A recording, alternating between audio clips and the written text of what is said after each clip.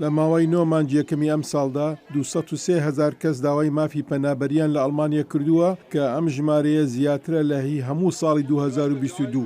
لەگەڵ پڕبوونی پەناگای کۆچبەران دەسەڵاتدارە هەرێمیەکان گلەیی ئەوە دەکەن کە تێچوونەکان ناکرێت بەردەوام بن. ئۆلف شۆڵز ڕاوێژکاری ئەڵمانیا ڕادەگەیەنێت ئەژمارەیەکی ئێجگار زۆر کۆچبەر دێنە ئەڵمانیا.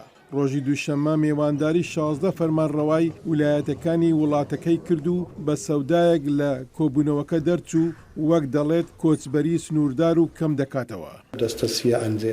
پێم وایە ئەمە ساتێکی مێژوویە لە کاتێکدا کە ئێمە لێرە کۆ دەبینەوە لەژێر ڕۆشنایی ئاستەنگێکی بێگومانی گەورەی ژمارەی هێجگار زۆری کۆچبەران و کۆچی ناڕێک و نائاسایی هەموو ئاستەکانی دەوڵەت توانیویانە لە نزیکەوە هاوکاری بکەن بۆ پێی پێویستە خەڵک چاوەڕێی ئەوەمان لێ دەکەن. بە پێی ڕێککەوتنەکە حکوومەتی فیدراڵی لە ساڵی داهاتووەوە بۆ هەر پەنابەرێک $8,000 دەداتە ویلایەت و شارەوانیەکان.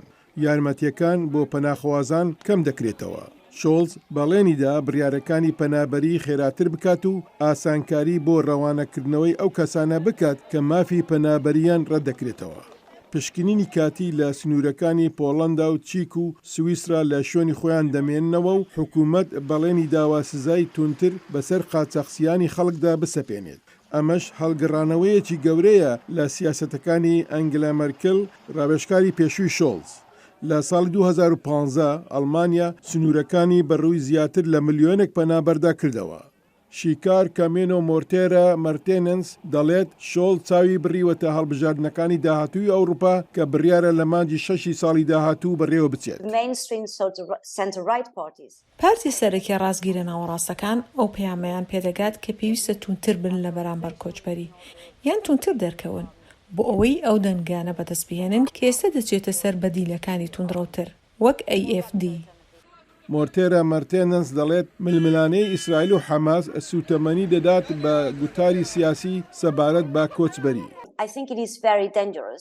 پێم وایە زۆر مەترسیدارە سەرقاڵی ئەو بیرۆکەیەبی کە شەپۆلێکی گەورەی پەنابەران دروست دەبێت. ئەمە ئەو جۆرە گوتارەیە کە سوودی بۆ پۆپۆلیستەکان و ڕاستڕەوە توندڕەوەکان هەیە. هاوکات ئیتالیا کە ساڵانە سەدان هەزار کۆچبەر وەردەگرێت ڕۆژی دووشەمە ڕێککەوتنەکی واژوو کرد بۆ دروستکردنی ناوەندەکانی وەرگرتنی پەنابەری لە ئەلبانیا. سەرۆکوەزیرانی ئیتالیا گوتی ئەمە دەتوانێت ببێتە نەخشەیەک بۆ ڕێککەوتنەکانی نێوان یەکێتی ئەوروپا و وڵاتانی غەیرە ئەندام.